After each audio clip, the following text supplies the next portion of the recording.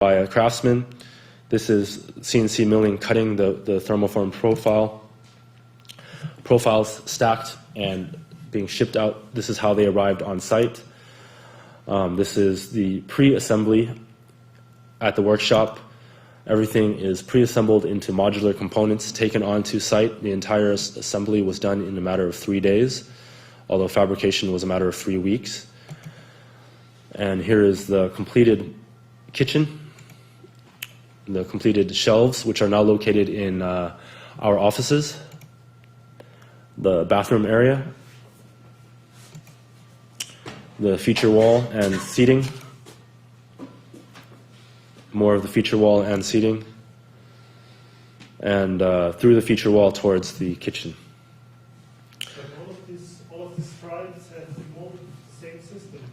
All of the feature wall was molded with the same system. All of the shelf was also done from the same system, but the kitchen was done from MDF molds.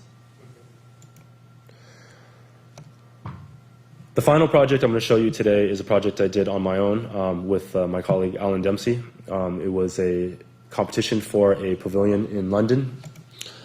What we're going to talk about here is really the kind of transition between representation and realization, and that's something that contemporary technology is providing us in a way that actually relates back to a more traditional sense.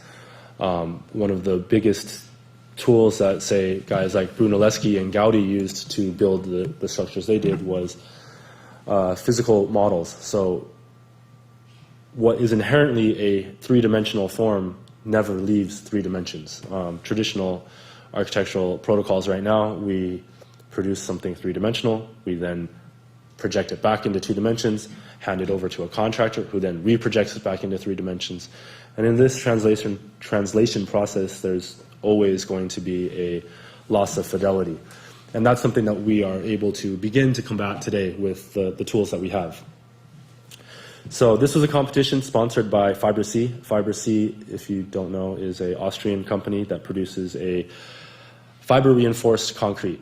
This concrete is, again, available in sheets of 10 meters by 10 meters by 5 meters and 13 millimeters thick, very similar to Corian.